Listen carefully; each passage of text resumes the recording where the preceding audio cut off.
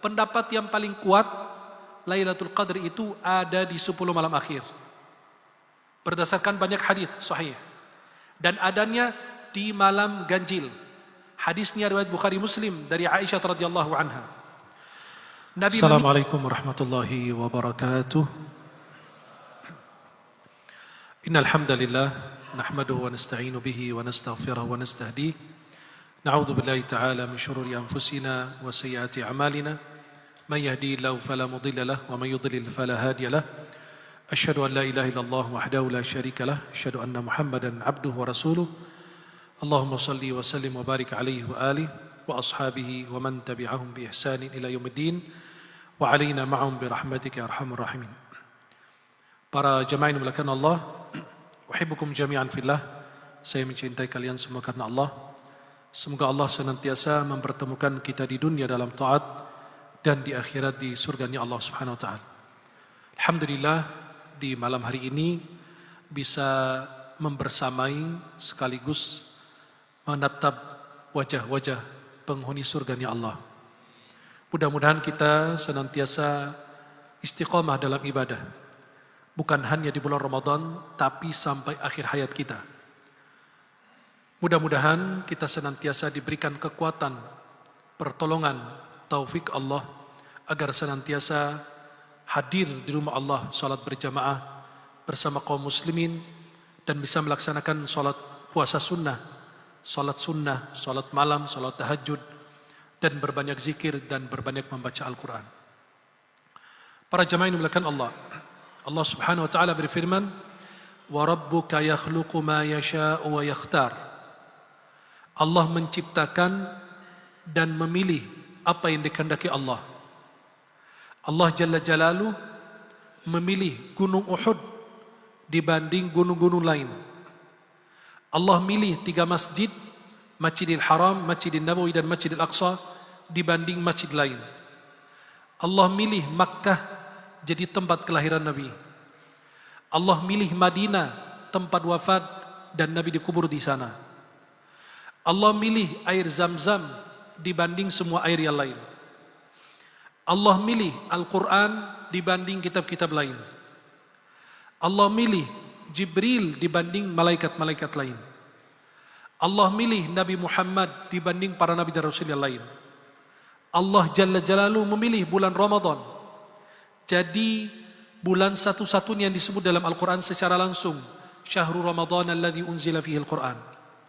Maka Allah milih Ramadan, di dalamnya diturunkan Al-Quran, dan sekaligus kita diwajibkan untuk berpuasa. Allah Azza wa Jal memilih Lailatul Qadar menjadi malam turunnya Al-Quran. Allah milih hari Arafah menjadi hari yang terbaik dibanding hari lain. Allah milih hari Jumat. Pada hari Jumat diciptakan Adam, masuk surga pada hari Jumat, dan keluar dari surga di hari Jumat, dan tidak akan terjadi hari kiamat kecuali di hari Jumat, dalam Sahih Muslim. Maka para jamaah yang dimuliakan Allah Subhanahu wa taala, Ramadan adalah bulan penuh keberkahan, bulan doa, bulan Al-Quran, bulan ampunan, bulan pembebasan dari api neraka jahanam. Bulan di mana Allah Subhanahu wa taala bukakan pintu surga, Allah tutup pintu neraka. Dalam hadis yang diriwayatkan An-Nasa'i, Rasulullah SAW bersabda, "Atakum Ramadan." Telah datang kepada kalian Ramadan, syahrun mubarak, bulan yang diberkahi. Fihi fardallahu azza wa jalla alaikum siyamah. Allah wajibkan bagi kalian berpuasa di bulan Ramadan. Fihi tuftahu abwabus sama. Di bulan Ramadan pintu surga dibuka, pintu langit dibuka, kata Nabi SAW. Wa fihi tughlaqu abwabul jahim. Dan di bulan Ramadan Allah tutup pintu neraka. Wa fihi tughallu maradatus syayatin. Di bulan Ramadan syaitan-syaitan dibelenggu di bulan Ramadan. Fi lillahi fihi lailah. Allah punya satu malam di bulan Ramadan ini. Man hurimaha faqad hurim.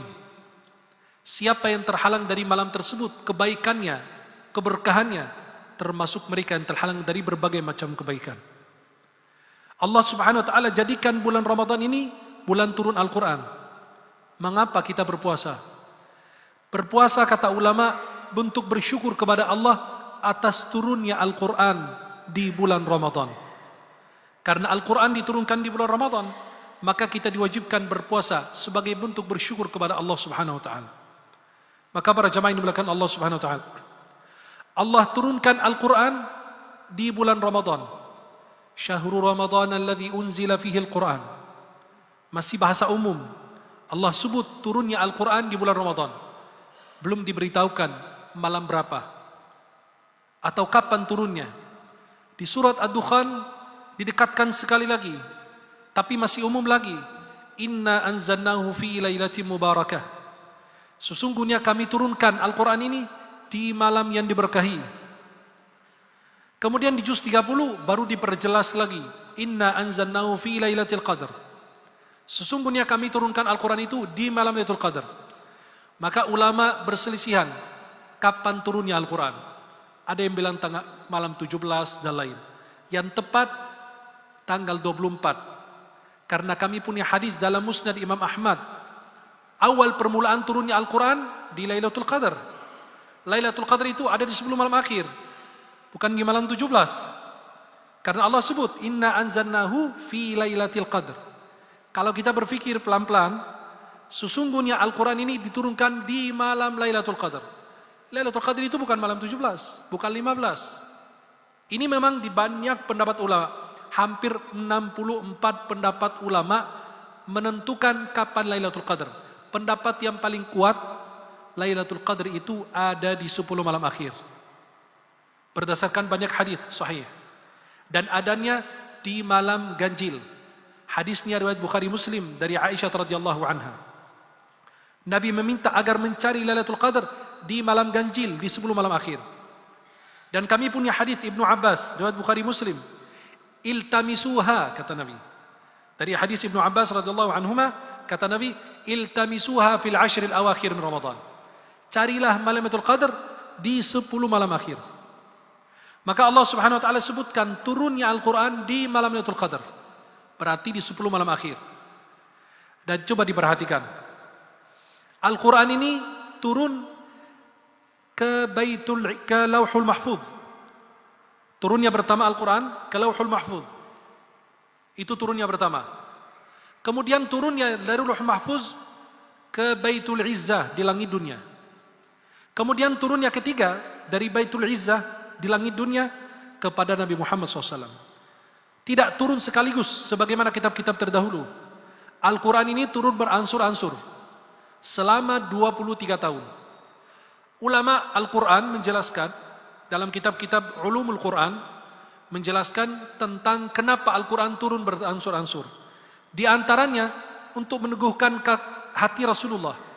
Biar Nabi bersambung dengan langit terus. Jadi kalau ada apa-apa, ada yang bertanya, Jibril turun menjawab pertanyaan.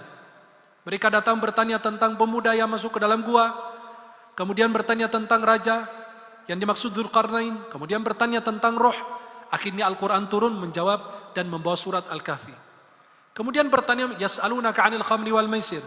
Mereka bertanya kepadamu tentang khamar dan judi. Katakanlah, fihima ithmun kabir wa manafi'un linnas. Jadi setiap pertanyaan yang datang kepada Nabi, Nabi tidak tahu karena ada wahyu. Jadi wahyu turun menjawab pertanyaan mereka.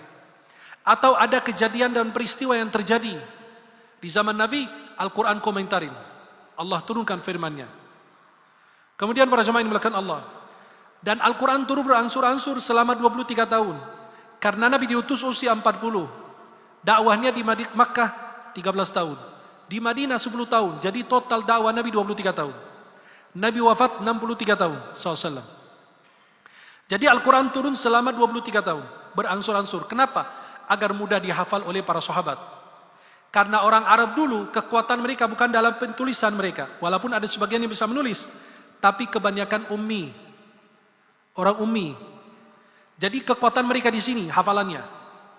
Maka kalau kita lihat Imam Syafi'i, kekuatan hafalannya. Imam Bukhari, kekuatan. Begitulah kelebihan mereka, subhanallah. Walaupun Imam Bukhari bukan orang Arab. Tapi Imam Syafi'i sekali baca, langsung hafal. Kita 100 kali baca, tidak hafal-hafal. Masya Allah. Itu kelebihan kita sekarang. Ya, mereka itu dulu sekali baca langsung hafal. Kita alhamdulillah berulang kali baca juga belum hafal-hafal.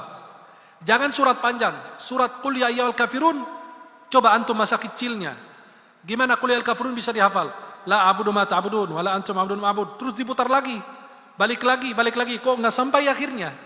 Kalau sudah capek, lakum dinukum waliyadin. Biasa gitu. Ya. Maka para jemaah yang dimuliakan Allah, Al-Quran ini diturunkan sebagai penutup kitab-kitab terdahulu. Dijelaskan dalam kitab-kitab ulama, kitab-kitab terdahulu dirangkum dalam 3 kitab. Injil, Taurah, Zabur. Semua kitab terdahulu dirangkum dalam 3 kitab ini. Injil, Taurah, Zabur. 3 kitab ini dirangkum dalam 1 kitab, Al-Quran. Maka Nabi marah ketika melihat Umar bin Khattab pegang lembaran Taurat. Kitab-kitab terdahulu Umar baca. Kata Nabi, kamu ragu terhadap apa yang saya bawa? Kalau Musa masih hidup, ikuti saya, beliau. Jadi kita nggak perlu baca kitab-kitab terdahulu. Al-Quran ini sudah lengkap. Ma farratna fil kitabi min syai'. Semua ada, lengkap. Cerita-cerita terdahulu dan pasti udah diceritakan dalam Al-Quran. Al-Quran semua dirangkum dalam 1 surat. Surat Al-Fatihah. Surat yang paling agung dalam Al-Quran. Dalam Sahih Muslim, Abi Sa'idin Al-Khudri meruqyah orang dengan surat Al-Fatihah, sembuh. Maka surat yang kita wajib baca dalam sholat terdiri dari 7 ayat. Maka coba lihat kelebihannya Al-Quran. Luar biasa. Maka Al-Quran diturunkan bukan cuma sekedar dibaca, tapi diamalkan. Dijadikan pedoman hidup. Kami tidak butuh waktu baca Quran, tapi waktu kita yang membutuhkan Al-Quran. Anak kita kalau hafal Quran, bukan anak kita yang menjaga Quran, tapi Al-Quran yang menjaganya. Seorang syekh ditanya bagaimana para salaf bersama Al-Quran. Kata beliau, salafus shalih dulu bersama Al-Quran sama kayak kita bersama handphone, tidak pernah jauh. Seorang salafus shalih ditemukan teman sahabatnya menangis. Ditanya, kamu sakit? Tidak, aku lebih berat lagi. Yang menimpa saya, maka membuat aku menangis. Kenapa? Aku lupa baca wirid saya dari Al-Quran kemarin. Sayyidina Uthman bin Affan radhiyallahu anhu mengatakan, wallahi lau taharat qulubuna ma syabi'na min kitab rabbina. Demi Allah, kalau hati kami bersih, kami tidak bakalan bosan baca Quran. Coba kalau antum baca Quran, baru 2 baris sudah nguap, sudah ngantuk. Tapi kalau nonton sinetron, nonton bola, melek matanya, khusyuk. Sampai kadang-kadang terbawa, ya, nonton sinetron kadang-kadang terbawa sampai nangis. Padahal kita yang sakit, itu pemain sinetronnya berpura-pura. Pemain bola, kalau menang kalah dapat duit. Antum kalau ini marah, emosi, dapat serangan jantung insya Allah. Tuh lihat, maaf, pemain bola itu kan dibayar. Mau menang, mau kalah, sudah ada gajinya. Antum kalau emosi, makan hati, insya Allah serangan jantung. Dan biasa tidak lama di dunia. Kenapa tidak emosi kita melihat saudara di Gaza, dibantai, dihabiskan? Kenapa tidak emosi ketika melihat diri anda, ya telat sholat subuh berjamaah tadi. Ya saya ketinggalan sholat tarawih malam. Tak pernah kita marah sama diri kita sendiri. Al-Hafidh Ibnu Asakir, beliau itu menghisab dirinya, mengevaluasi dirinya, introspeksi diri. Kalau mensia-siakan waktu yang tidak gunakan untuk taat. Maka itu lihat para jamaah. Coba lihat. Kita menuju 10 malam akhir. Umat Islam Masya Allah. Dulu masjidnya saya lihat di foto. Sampai ke belakang. Sampai keluar. Sekarang makin maju Masya Allah. Kan diminta sama Allah terus maju gitu kan. Tapi bukan maju safnya. Semangatnya. Ini saf ini maju terus. Yang tersisa cuma orang-orang soleh. Saya yakin yang di sini soleh semua. Kalau di dalam masjid. Insya Allah di luar masjid lebih soleh lagi. Tuh lihat. Intisari Ramadan 10 malam akhir menghilang semua. Coba ananannya. Kan bicara ilmu. Carikan satu riwayat hadis walaupun dhaif, lemah. Atau satu hadis yang sanadnya palsu. Nabi SAW duduk di malam nisfu Sya'ban di masjid untuk memburu nisfu Sya'ban. Gak ada. Tidak pernah seumur hidup Nabi duduk di masjid di malam nisfu Sya'ban memburu nisfu Sya'ban. Sampai kita bawa air duduk di masjid berbondong-bondong datang. Tapi malam nisfu Sya'ban Nabi tidak pernah memburu, kita buru. Giliran Lailatul Qadar yang Nabi buru, malah kita tinggalkan. Tuh lihat umat Islam. Nisfu Sya'ban kemarin, masjid penuh baca Quran. Padahal Nabi nggak pernah duduk di masjid untuk memburu nisfu Sya'ban. Tapi Nabi stay di masjid 10 malam akhir.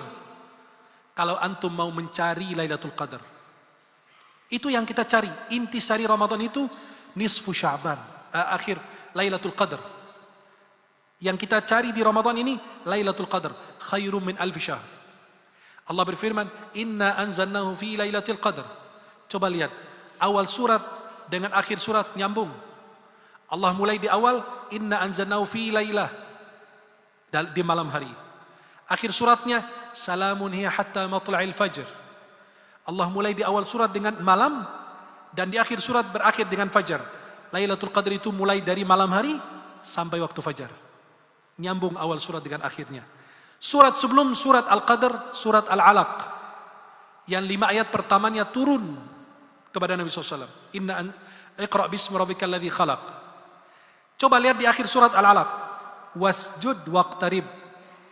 Allah akhiri surat Al-Alaq dengan sujud. Habis surat Al-Alaq, surat Inna anzalnahu fi Lailatul Qadar. Akhir surat Al-Alaq nyambung dengan awal surat Al-Qadar. Kalau antum mau menghidupkan Lailatul Qadar, berbanyak sujud, banyak ibadah, banyak sholat. Bagaimana kita bisa, amalan apa yang bisa lakukan untuk memburu Lailatul Qadar? Kata Nabi SAW, carilah Lailatul Qadar di 10 malam akhir. Kemudian Nabi SAW mempermudah lagi, cari Lailatul Qadar di malam ganjil. Kata Nabi SAW dalam hadis Bukhari Muslim, dari hadis Ibnu Abbas, iltamisuha fil ashril awakhir Ramadan. Carilah Lailatul Qadar di 10 malam akhir Ramadan. Lihat, Nabi SAW sampai i'tikaf, itu amalannya. Mencari di 10 malam akhir, dan di malam ganjil, dan duduk i'tikaf di masjid. Kenapa? Bayangkan, Nabi duduk 10 malam hanya untuk Lailatul Qadar. Dan tidak pernah duduk untuk nisfu Sya'ban. Tapi hanya Nabi duduk stay di masjid, i'tikaf, berdiam diri di dalam masjid untuk memburu satu malam Lailatul Qadar. Dalam hadis yang saya sampaikan di awal tadi, riwayat Imam Nasa'i dan disahihkan para ulama, kata Nabi SAW, fihi lailatun, di dalam bulan Ramadan itu satu malam, man hurimaha faqad hurim. Siapa yang terhalang daripada malam Lailatul Qadar ini, maka termasuk orang yang terhalang dari berbagai macam kebaikan. Gimana caranya bisa dapat Lailatul Qadar? Cari di 10 malam akhir, di malam ganjil, berbanyak ibadah, banyak berdoa. Kalau bisa setiap malam di 10 malam akhir, baca doa yang diajarkan Rasulullah kepada ummi wa ummul mu'minin Aisyah radhiyallahu anha, sebagaimana diriwayatkan Tirmidzi dalam sunan beliau dan disahihkan Al-Albani. Nabi SAW bersabda, Allahumma innaka afuwun tuhibbul afwa fa'fu anni. Allah, cuma doa yang singkat tapi isinya luar biasa. Allahumma innaka afuwun tuhibbul afwa fa'fu anni. Jangan lupa setiap malam baca doa ini. Antum kalau setiap malam sedekah, tiba-tiba bertepatan dengan Lailatul Qadar, lebih bagus daripada berinfak bersedekah di 1000 bulan. Kalau antum sholat, demikian juga pahalanya. Antum tasbih, zikir, istighfar, sholawat, itu lebih, subhanallah. Dan di 10 malam akhir ini berbanyak baca Quran. Imam Asy-Syafi'i rahimahullah ta'ala khatam Al-Quran 60 kali selama Ramadan. Di luar Ramadan 30 kali sebulan, berarti sehari sekali. Kalau sudah Ramadan 2 hari sekali. 60 kali beliau khatam Quran. Itu di luar sholat, kata Ar-Rabi', muridnya beliau. Imam Qatadah, seorang ulama mufassir, muhaddits, beliau itu khatam Quran 7 hari sekali. Tapi kalau masuk Ramadan 3 hari sekali khatam. Kalau masuk Ramadan. Kalau masuk 10 malam akhir, beliau setiap malam sekali khatam. Diceritakan ada seorang ulama khatamnya selama Ramadan sehari semalam 3 kali khatam. Berarti 90 kali khatam Al-Quran. Luar biasa. Kapan mereka punya waktu berfikir maksiat? Kapan mereka punya waktu untuk berfikir bicarakan orang, aib orang, kejelekan orang, memfitnah orang, sehari 3 kali baca Quran. Diceritakan seorang ulama, beliau itu baca Quran apa? Khatam Quran sekali antara maghrib dan isya. Pasti kalian terkejut, maghrib isya, mustahil. Orang cuma 1 jam. Karena mereka menunda sholat isya mereka. Mereka suka menunda sholat isya, nggak kayak kita, jam kita ini nggak, ditunda, diundur. Jadi sekitar 3 jam baru mereka sholat isya. Kenapa? Nabi meminta kita begitu, tapi Nabi takut membebani kita kalau kita menunda sholat isya. Seperti Nabi mengatakan, laula ana syukka ala ummati, kalau saya tidak membebani umatku, aku perintahkan setiap kali wudu, setiap kali sholat pakai siwak. Tapi Nabi takut membebani. Maka Nabi nggak sholat tarawih terus, khawatir diwajibkan. Dan kami tidak sanggup mengerjakannya. Coba lihat para jamaah. Beliau khatam Quran antara maghrib isya, karena isya mereka diundur sholatnya.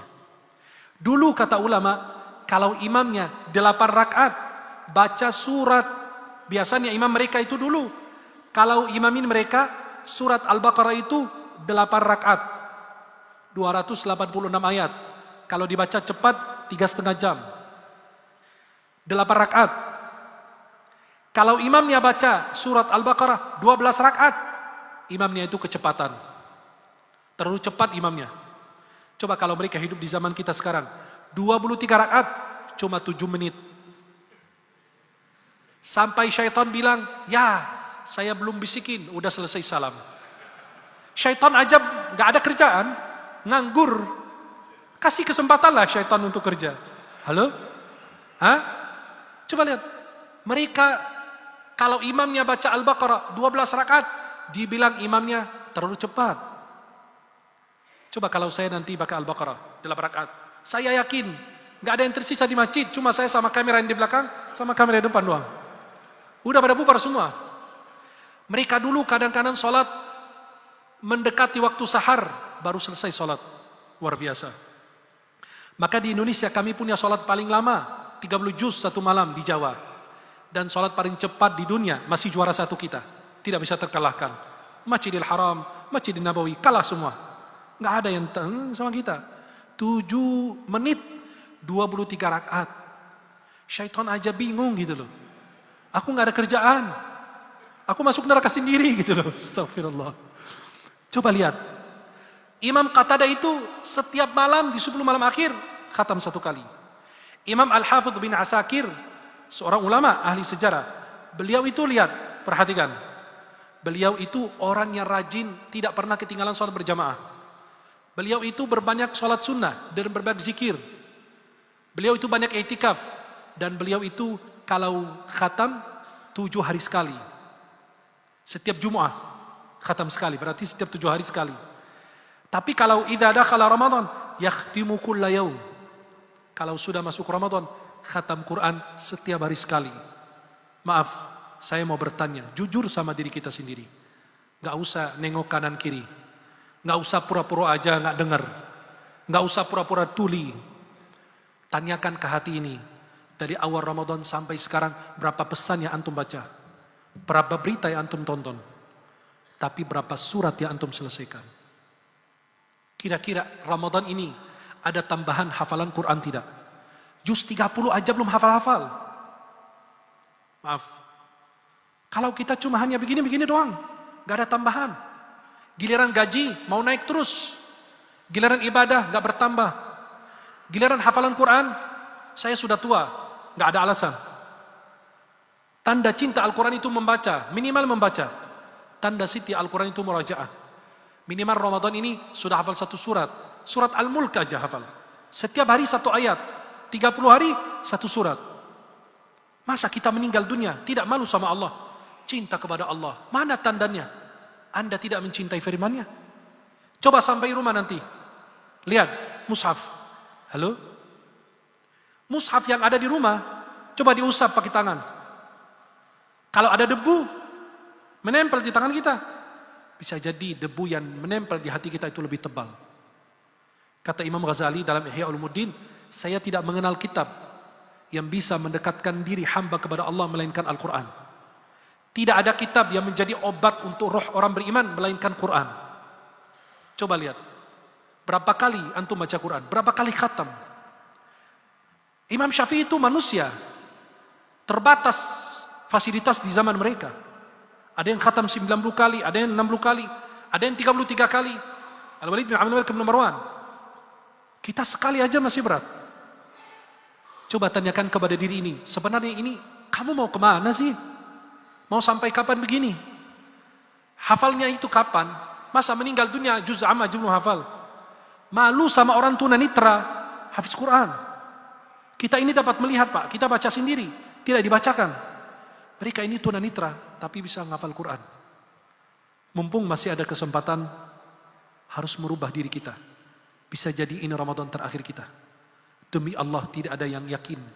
Kalau dulu orang meninggal, kita nanya 3 pertanyaan. Apakah sudah tua? Apakah meninggal kecelakaan? Apakah dia sakit? Kalau sekarang baru salat subuh bersama, pisah, sebentar dipanggil meninggal. Karena itu di antara tanda hari kiamat kecil, mautul faj'ah. Orang meninggal dadakan. Kan kita nggak tahu. Banyak orang masuk, saya punya jamaah, masuk WC ngambil wudhu. Akhirnya kepleset kakinya, meninggal di kamar mandi. Padahal sehat walafiat. Maka tanyakan kepada diri kita, sampai kapan kita begini? Sampai kapan kita tidak ada perubahan? Ini sisa Ramadan ini, Allah berikan kesempatan bagi kita. Jangan sampai kita sia-siakan juga. Mudah-mudahan insya Allah kita mendapatkan dan meraih malam Lailatul Qadar. Mudah-mudahan kita semangat dalam ibadah sampai akhir hayat kita insya Allah. Mudah-mudahan kita termasuk mereka yang dapat sertifikat takwa. Dan di akhir Ramadan diucapkan selamat. Dan diberikan sertifikat, Anda berhasil meraih Ramadan. Jangan sampai di akhir Ramadan diucapkan bela sungkawa, turut berduka cita, Anda telah mensia-siakan Ramadan. Semoga Allah senantiasa membimbing kita di jalan yang dari Allah. Ya muqallibal qulub, thabbit qulubana ala dinik. Allahumma innaka afun, tuhibbul afwa, fa'fu anna. Amin ya rabbal alamin. Aqulu qawli hadha wa astaghfirullah li wa lakum. Wallahu ta'ala a'la wa alam as-shawab. Subhanakallahumma bihamdika asyhadu an la ilaha illa anta astaghfiruka wa atubu ilaik. Assalamualaikum warahmatullahi wabarakatuh.